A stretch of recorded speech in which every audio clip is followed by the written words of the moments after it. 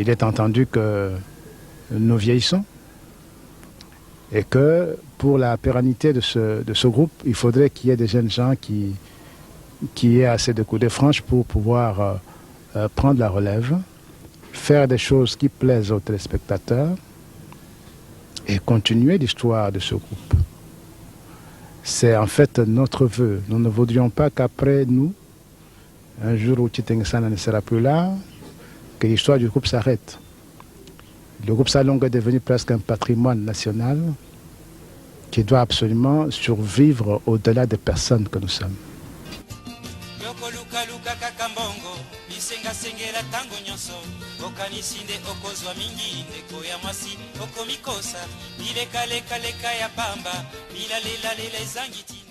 Na bengami na kombo ya Eric Matufweni, mwana ya ebale mondial.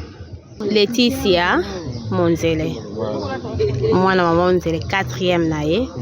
O asalaka tona zakana mwana mukela mama kala. Elvis Luzubu, le cadet, mwana ya suka ya Feu Dodonga Fura. Ngala za nga Giselle Muteba, mwana ya Shaba Moscovite de ngai. Moi c'est Moïse Alinga, le fils ya maman Olinga. Merci beaucoup. Ngai Neige Ndungi Mambimbi, mwana Masumu de Brende. Merci.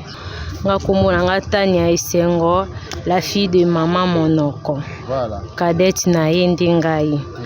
Ngai mama Claudine Mboyanga o Longonia o Mekoko Inga. Mwana Inga liboso ngai. Moi c'est Marcel Kalenda, mwana ya Kokodioko. Ngai Huguette Matufweni Makese, mwana ya Defei Bali. Mbote bandeko balandi ya groupe Salongo TV+. Toza na Kinshasa. Après matanga tobaki topesa bino ba information à temps réel.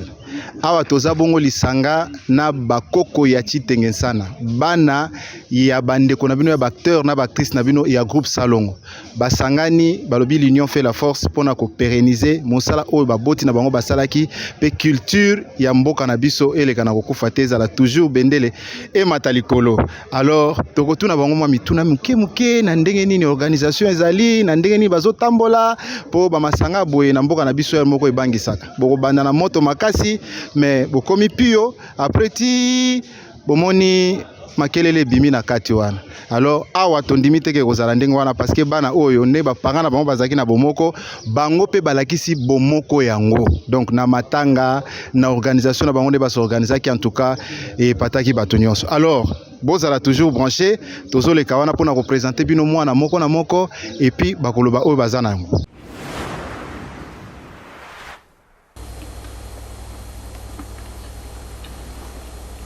Batiaka biso mabele tolataka maputa na mabaya bongo bino bokamata bapantalon na bachemise.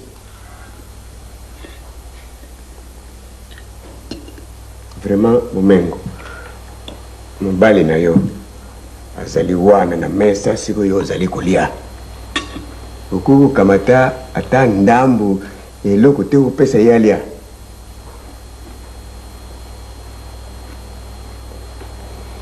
Bana na yake wananda koyo na kumolala na salon. Biloko kolia bapimeli ngai na liate. Madame. Acha biso nyonso mabele. Biso mibali tozwa mabele bino bozwa soki nini.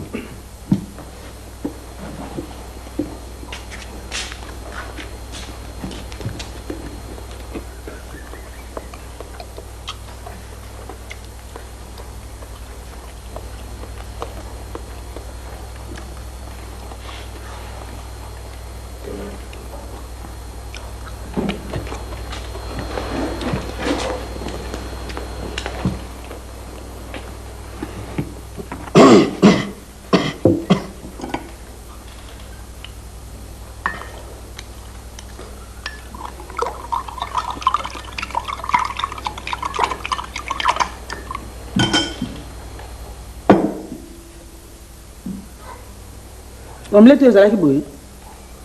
Ha? Yom dokati ha? Yona. kata omelette ngai. Matungu yango eka côté na yote. Tango telemaki awa obwaki yango. Soni te. Et pas mayo kena yoko kota libala kuna sako lesa yo bongo. Ba ko pesa nga passe.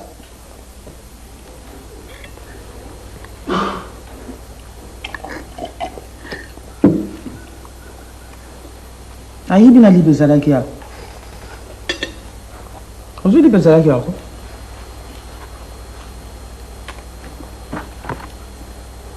Apa tu? Bona mera ma suka pamba. Elle n'est pas moi si n'a pas ce biloko bana kolia. Mbongo ebela ba ya $30,000 okene ko bebisa. Et pas ya maya. Nde yango wana bana kende ko ndambu wana poli olia na ndako. Kono loba na ngai na permettre yoko ta na chambre wana na ba mandadi oyo na ngusoko uti nango wapi.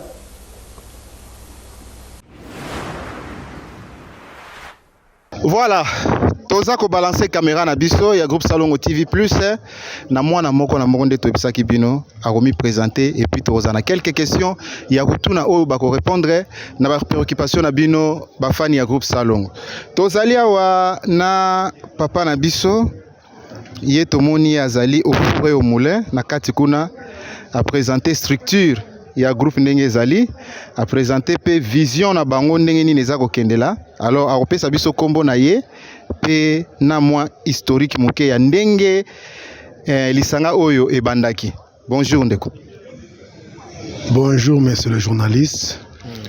Na bengami na kombo ya Eric Matufweni, mwana ya Ebale Mondial.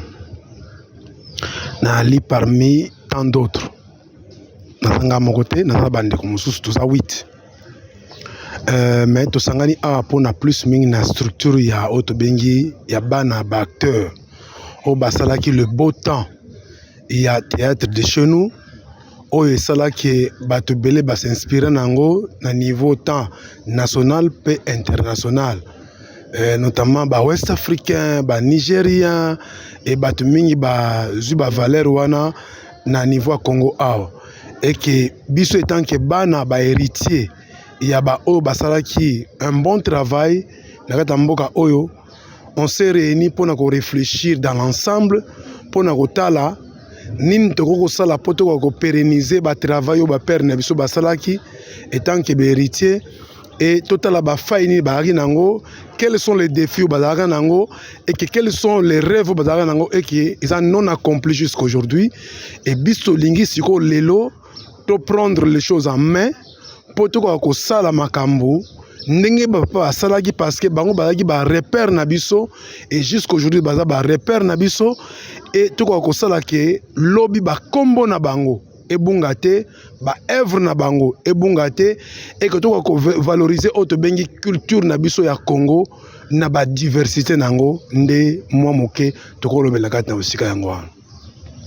Merci wana ezalaki bongo mwana ya papa na biso Ebale Mondial. Tobandaki na ye tokiti awa tomoni Elvis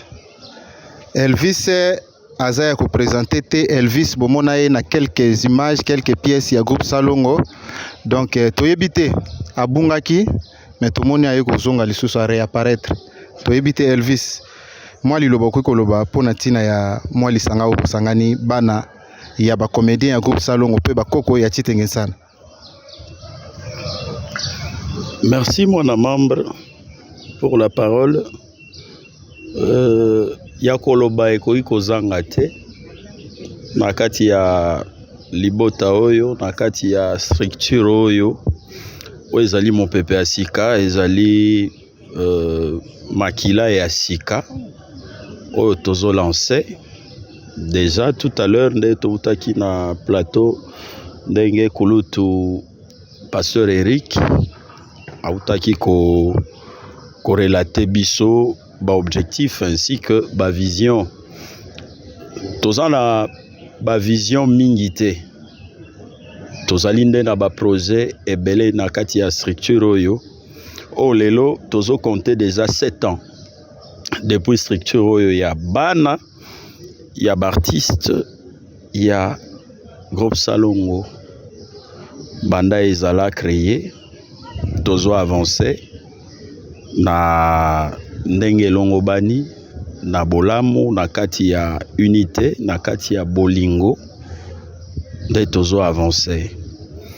Je vais commencer par ma première impression de me présenter. Ndenge mwana membre auti koloba Elvis Luzubu, le cadet mwana ya suka ya Feu Doudou Ngafura, qui a œuvré pendant longtemps depuis le début.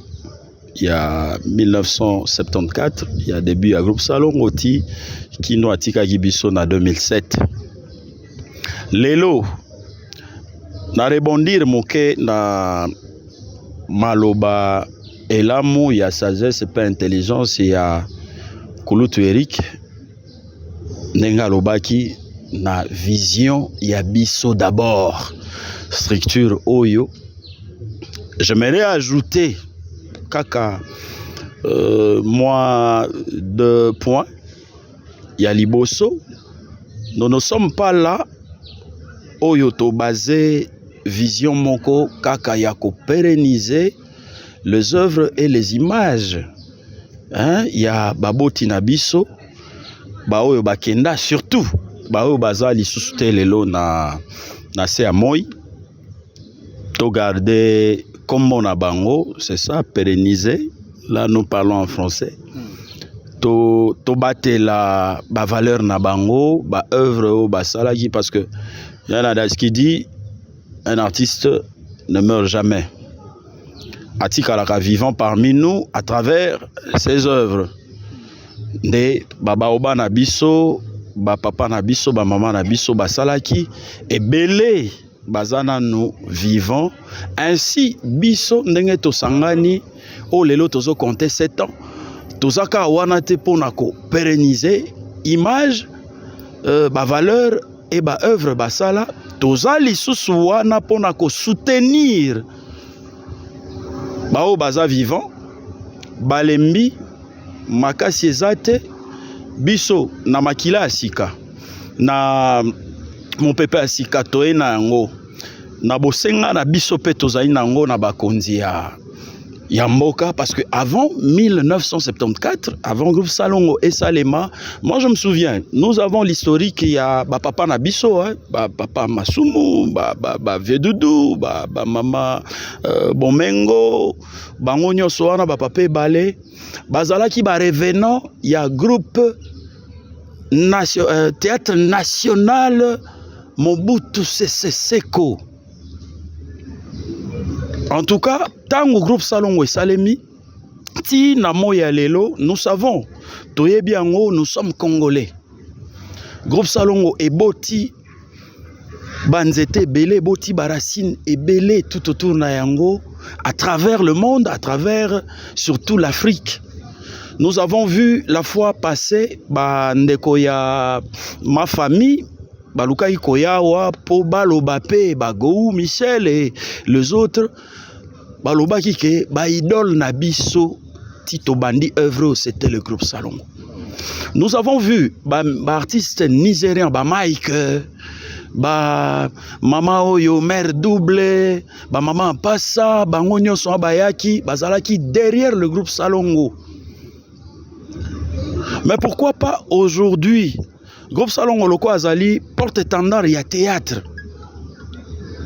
Nous voudrons et nous demandons esa suggestion, esa lipe proposition, parce que nous avons le droit. Toza bana, toza ba héritier, il y a bateau yo, il y a boania, il y a bateau yo, ba génie. Moi j'appelle ba papa nabiso, ba maman nabiso, ils étaient des génies, ils sont des génies. Lelo to sengape na l'autorité, le chef de l'État, oyo tozana ye papa motema kufungwama akangaka motema te, surtout namoni mokonzi mboka na biso azali wana derrière la culture alingi, en tout cas na bamboka nyonso na ba continent nyonso tokomona culture ezo matisa mboka ndenge notre théâtre et matisa mboka. Dans les années passées, lelo ngabo senga nangai, nous sommes des héritiers, il y a théâtre. Parmi nous, ezanaba et toza ebele oyo baza déjà na kati ya art oyo ba hérité yango de sang ezali ine mais sous-soupé bakei na ba métier ba domaine songolo pakala oyo bazo evrer na sur la place ya mboka mais majorité toza pe na kati ya théâtre lokola babiso oyo ngai bosenga na ngai en tout cas moi na membre avec tout le respect que je dois na ba autorité ya RTNC au mokonzi ya mboka na biso le président de la République chef de l'État Félix Antoine Tshisekedi Tshilombo apesaki confiance na ye na bino eye motema wana ya baboti motema wana ya patriotisme pour que botala pe biso oyo na makambo oyo et surtout na structure oyo tosali biso bakoko atitenge sana bana ya groupe Salongo tokosenga na yo mokonzi ya mboka tala batata na biso ba mama na biso baza vivant que ce théâtre oyo ezali théâtre modèle na ba théâtre nyonso ebimi tozomona sur la place oyo ezali dignité ya kotala ngo na mwana na yo boti na bokilo. Il y a des insanités qui se disent à la télé, mais c'est permis. Tozondi mayango, totalaka.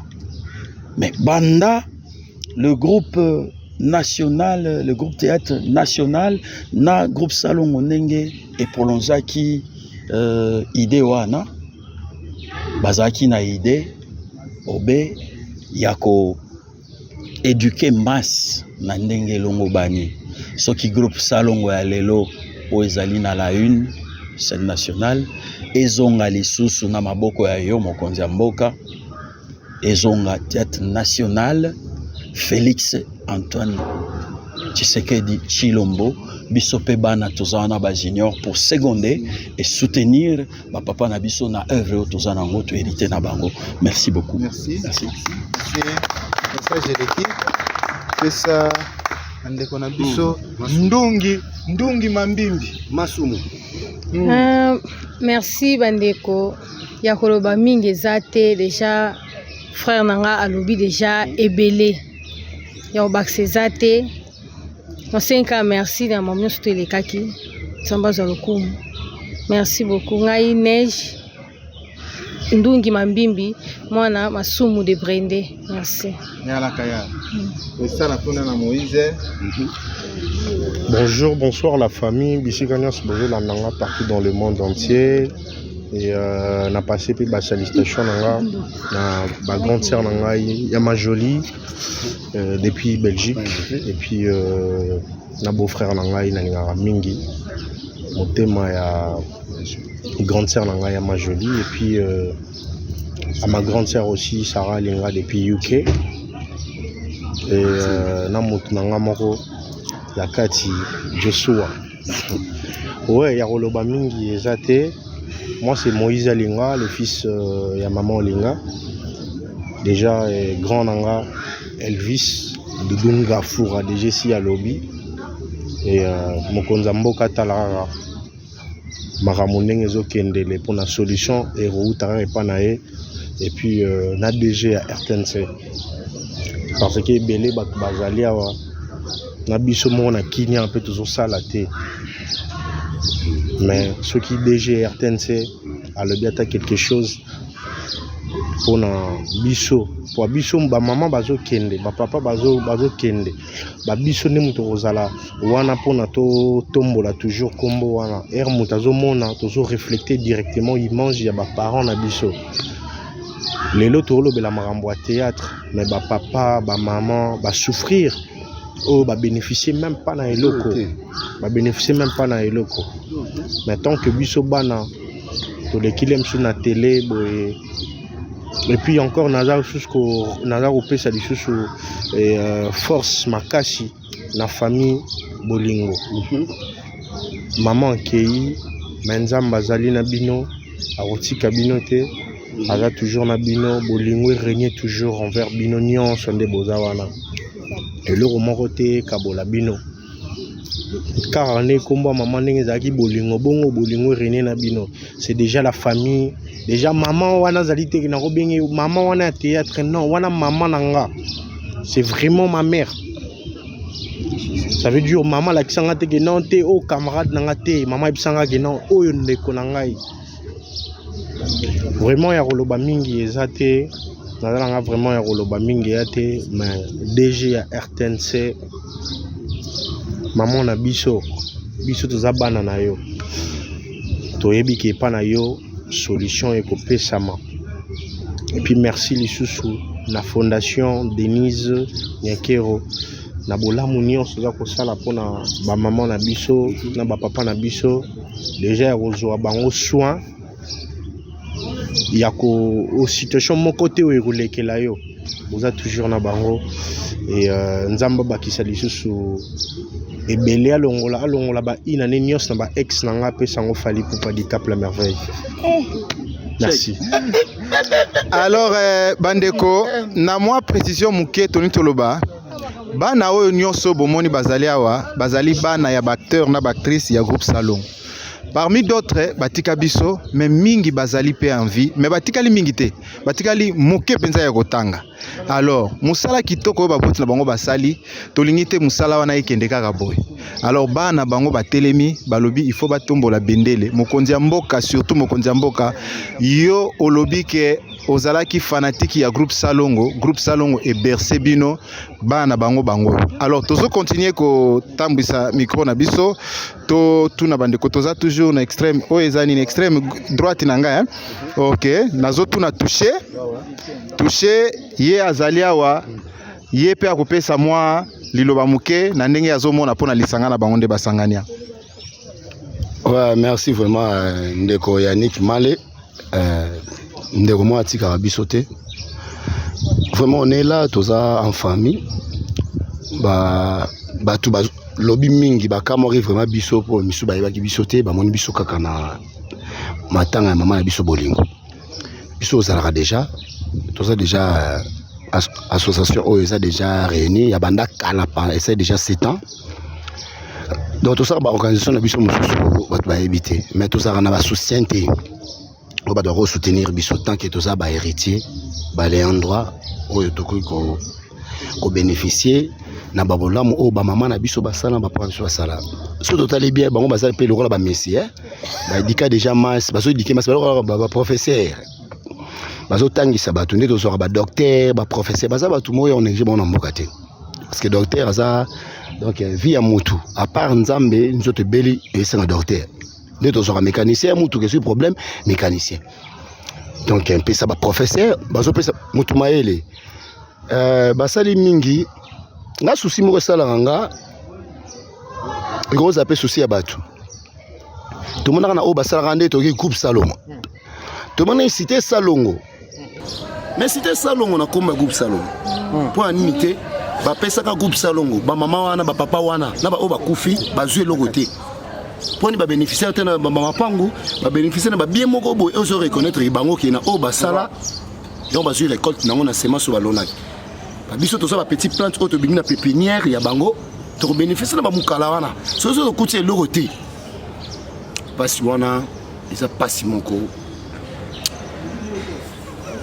isa contagieuse ici là za ba konzimingi lelo na bato lelo ba otamusa mboka oui coup de chapeau isa na papa na biso Fati Beto na maman na biso Denise Nyakero maman na bolamu osala pour reconnaître ba maman wana na assurance médicale on les a vu à mutu sur ça la bonté passi mais à part ça bazala bakufa po to zala wa to za to sangani na bandeko mususu o ba papa bakufa déjà na Salongo na ba mama bakufa tala ezanzana na biso nyonso ba biso nyonso pe de l'autre kufa po ezanzana na biso nyonso mais liwa ezaka teke o bakufi o pala to yebi ndenge ke narate mais pasi ya bana wana biso yo ndeko alifisa lobi lusubu mona papa biso Dudunga Fura namoni susu papa na biso ebale lobi président bomoni pasteur Rick alobi mona papa ebale leki nanga otiko loba Moïse alinga petit frère tout la bande rebela ba mama noko bana bazali ba mama njele bana bazali ndeko nanga mwasi neige mwana ya papa nanga masumu alobi so batikeli mutu moko micro mais wana ti lobi pona kokata pour misuba loba pona souci ezali ya biso TV to constate pona nenga kanda kandisa mais parce que ces alliés vous comprenez ngai comprenez mon émotion vous comprenez mon kande mon mawa tout ce qu'on a ma biso bazo signaler nga kuna na RTNC2 RTNC1 bazo signaler ba minute koki mais na osala ni faut na pesa bande ko balo mais na soucieux ça na motema ah lelo tukitisi mama odi ko lela mona mobali bobi ko lela bon bande sala courage touché courage oui le mot bande sala courage pesa wanité ba to ba kufaka bwe ko passer na machine di bana ba RTNC machine yo mokonza mona sikona micho otelega Fati papa tala via ba mamo ya ba papa via ba no ni matriculé ni lipangu ni baso benga na biso tozo futela ah si vous pensez mon roba na le solo le message est passé touché vous comprendre émotion aye toleki topesi nandeko na biso nani Glodie Joël Bukasa Chimati les fils ya papa Kobodioko caméra za liboso na yo wana moi ya kobakisa na kati wana. Premièrement, merci pour la parole et puis merci le bon Dieu, Dieu le Tout-Puissant, pour aider Azali mettre les circonstances et puis en même temps, il est comme le garant de l'univers. Oui, Nzambende Moutou à permettre les lots tout ça en a sous parce que ce qui était m'a plein. Donc, pour ça on a biso awa. Premièrement, Ezali nan ko immortaliser surtout ba papa na biso la ba maman na biso o bazali sous-souté en vie.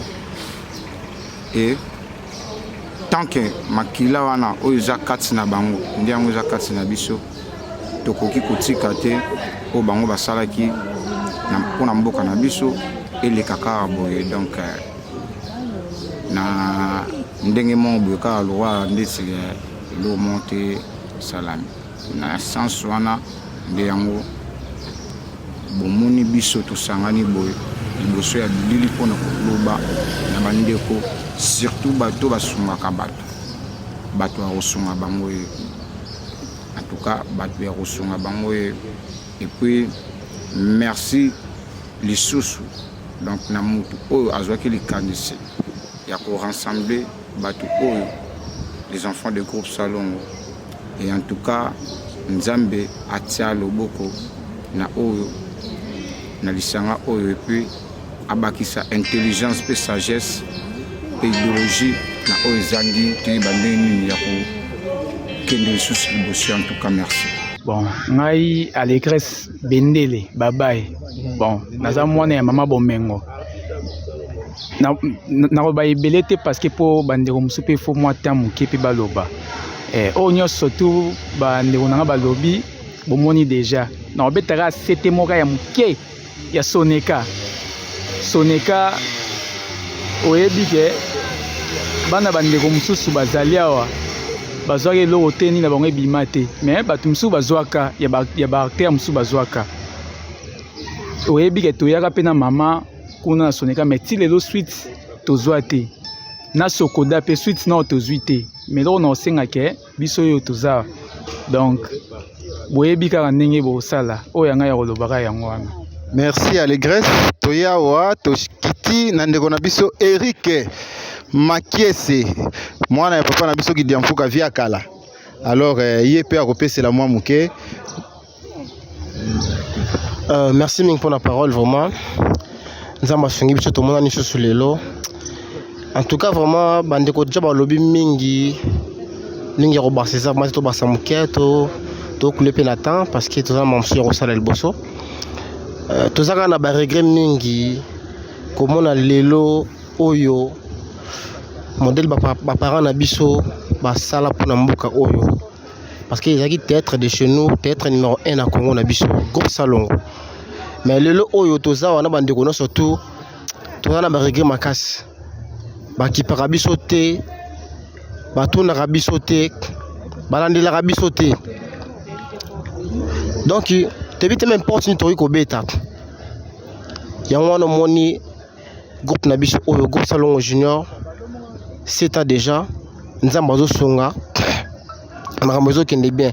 Mais tosinga na chef de l'état na mama Denise, mama biso toza bana na yo, papa tozali bana na yo, vraiment tala biso kotika biso boyete kotalika mona biso toza bana na yo. Toleki na un moment très difficile bandeko ba lobby déjà wa moment même ndeko mususu touché oti kolela mwana mama linga. Donc ça passe, ça fait très mal kolela wana vous meza passe ndé Mathieu Makasi en pleine émission comme ça mutabanzo lela parce qu'il a raisonné ba œuvre maman ça là tout ça mais lelo il faut timoro ezate. Il faut gouvernement à reconnaître biso bana artiste parce que ba papa ba kufa ba kenda batika biso parce que musala papa biso ba sala kende kaka verbe ele kaka boy. C'est pas vraiment normal. En tout cas, chef de l'État, tout ça banana yo, tosinga na yo, olande la biso. C'est pour aussi on kuta na biso pe audience pe tozali papa. Kotika biso te, ba no bazo lela c'est pas vraiment bien. Merci beaucoup. Oui, merci pour la parole. Ngai Flak Kabamba. Deuxième, il y a Papa Massasi Kabamba ya Sele. Juste ngana lobaka pour na structure na biso ya bana groupe Salongo bakoka chitengensana. Et bon on a rappelé aussi na Kabamba Ntsana na ndoi ya chitengensana. Là papa kota groupe Salongo na 87 na 88 ngai na yemba moko. Comment on a biso to sangani boy to za vraiment ebele makasi. Papa kufa kala to na bana papa ibaleta papa ibalenda kufa. Idole papa.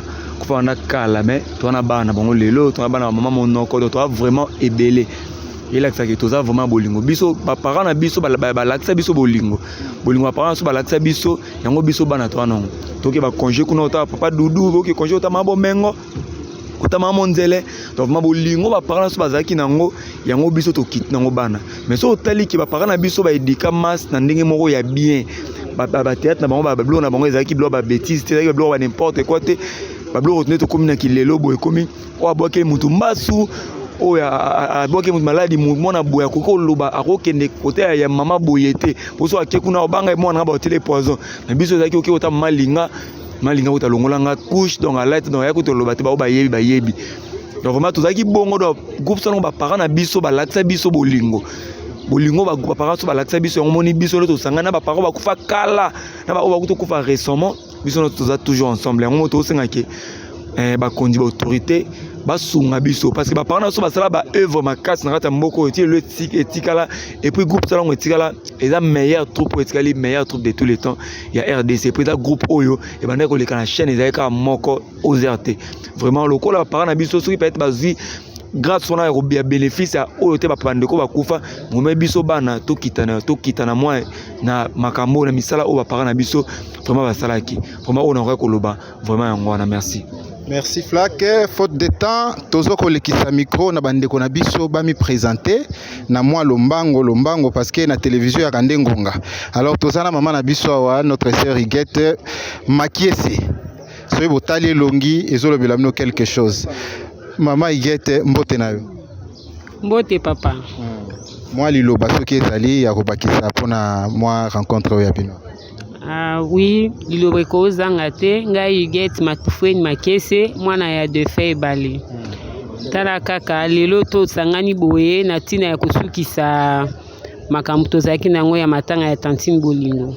Et par après en tout cas bolingo ezali so bolingo ezalaki te talaka papa na biso kufibanda 1990 til lelo combien des années mais bazalaki toujours na biso elongo donc bolingo ezali et puis bolingo yango to senga bakonza mboka bataela biso talaka de 1990 totikale na ba âge nini totangi na ba mi difficulté ba place à vendre des abiso te ko futela makambo ebele tala condition to mene en tout cas c'est très difficile konza mboka taela biso atala biso ayokela biso mawa. Il s'agit même audience toza bana na ye toza bana na ye. Il s'agit audience tokoboya koya na invitation na été toleli vraiment mai na miso toleli mai na miso ata la condition toza lelo alors bano batikala mikie lelo tokoli boye donc tata te mama te donc eza condition ni to vivara nango toza biso monte toza ebele bana pa dudu bazali biso totikala bongo donc bapesa ofu ba mama na biso donc mawa trop tozo bénéficier na eloko moko te na ma art oyo bango basala na temps oyo bango balekisa na komona na ba télévision na miso abatu ba edika masse na phénomène moko donc moyen kolobeza te. Vraiment merci, le message est passé.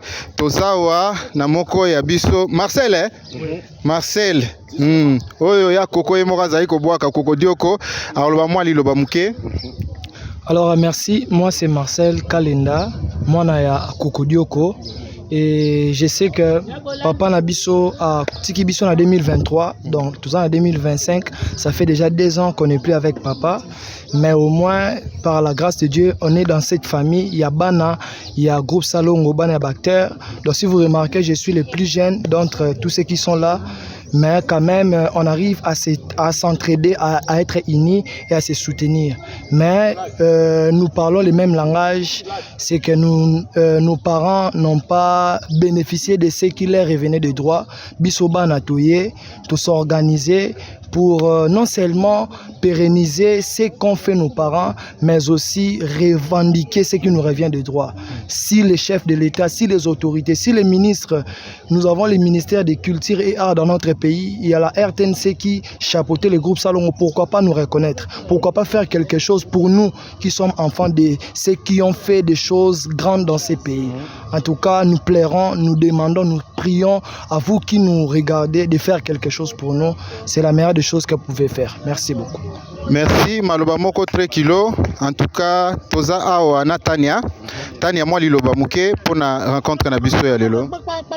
Mbote na biso nyonso bao baza na Kinshasa bao baza ba pays étranger ba mbote na biso nga komona nga Tania Esengo, la fille de maman Monoko. Voilà. Cadette na yende ngai. Oyo ya ko bakse beleza te parce que tozo gagner temps ba o nyonso déjà bande ko na biso ba lobby déjà ekoti na mitema ya bato na miniti oyo ya mawa baza déjà choqué na o nyonso bande ko ba buti ko loba minga olobeza te vraiment. Merci. Tozala maman na biso la grande yepe a komi présenter moi na papa na biso Inga. Ono tetelaki mafumbe. Merci. Ngai mama Claudine Mboyanga o Longonia o Mekoko Inga. Mwana Inga liboso ngai. Naza liloba koloba ebele te po nyonso bandeko nanga balobi. Donc nazaka kosenga kubeta sete bato ba ko soutenir biso na bolingo nyonso basala biso te ndenge le kaka ba papa bakufi neti nga papa akufa totika kozwa ta de compte final na ete donc esala biso pasi ti lelo tozwa eloko te kasi tosengi na ba oyo batikali basala bango nde basalaki biso te tozala biso nyonso tu ini bomoko. Merci topesi merci na Nzambe atindi biso to ya awa topesi merci na mama Sylvie yende aza likolo ya bato nyonso yende akoluka biso mpona komona biso tokosola na ye. Merci Gisèle, tozali awa Moscovitch moi ya kobakisa. Bonjour, bonsoir. Bandeko nanga la sepeli mingi vraiment na moi idée oyo. Bosenga nanga laza nga Gisèle Muteba mwana ya Shaba Moscovitch dengai. Bosenga nanga eza en tout cas maman Denise, papa Fati, bokanisa biso ba oyo ndeko na yo batika biso toza bofeline na bofele awa donc mbongo vraiment tozwaka te mbongo ya o ba papa na biso basala musala vraiment na kati ya mboka oyo bapapa basali musala makasi na kati na mboka oyo me totikali kosepela nango te bapapa basepeli nango te biso mpe bana mpe totikali to bénéficier ata na mwa oyo wana en tout cas bokanisa biso neti nga depuis papa akufa ti lelo natika kozwa ata mbongo moko te compte final te eloko moko te en tout cas boyokela biso mawa kote wana vraiment boyokela biso mawa na kosenga mama Denise en tout cas merci vraiment ndenge osunga bapapa na biso na hôpital na kokunda bango en tout cas esepelisa biso makasi na makanisi wana oya nango vraiment mpona kosunga baartiste vraiment ya Congo en tout cas nzambe apatela yo apambola yo pe esuka boye te na biso pe lisusu bana bakisela biso pe lisusu ata eloko moko po tosepela. Le message est passé. Voilà, tozana Laetitia photocopie à maman. Alors yé pe azali awa akikoloba quelque chose akima caméra tokangi ele loa. Laetitia, impression na yo ezani ni pona rencontre. Merci d'abord. En tout cas na sepeli na initiative Oyo. Je sais bien. Ouais, Laetitia Monzele. Moi na maman Monzele 4e na ye. O asalara ton azaka na mwana mukela. Mama kala. En tout cas tokosenga kaka biso pe toza na besoin to bénéficier na oyo ba parents na biso basala parce que basala limboka lokwa bango bazate biso bana o totikala toza pe quand même na besoin to bénéficier na ba œuvre na bango o basalaka biso pe bana tozala quand même ba bénéficiaire nango donc tokosenga vraiment na bakonzi o nyonso motema na ye tutami mpona kosunga association oyo en tout cas toza wana maboko polele mpona koyamba bino ekosala biso vraiment bien. Merci. Merci bomoni bana baleli te basali lolombo te mais soki tolobi l'ouvrier mérite son salaire ezali mosala oyo baboti na bango basali bazalaki ba agent na RTNC bazofuta bango en tant que ba agent na poste to na grade oyo aza nango na RTNC mais na mosala ya théâtre oyo bango basali na compte ya groupe Salongo bazoli yango eloko te alors que RTNC azali ko diffuser biloko na bango chaque jeudi ti lelo ba diffuser yango alors ezali eloko moko bakonzi na biso ya mboka botalela bango bosunga bango. Pourquoi pas décorer bango pe ko soutenir bana bango ba obatikali. Alors mingi akobakisa ezalité tolobi bongo tozaki elongo na bana oyo to silisi awa et silité to continuer ce que eloko mususu ya koya ko yebisa bino ezali. Alors d'ici là portez-vous bien botikala toujours branché na groupe Salongo TV+ et puis vous allez désuiter. À bientôt.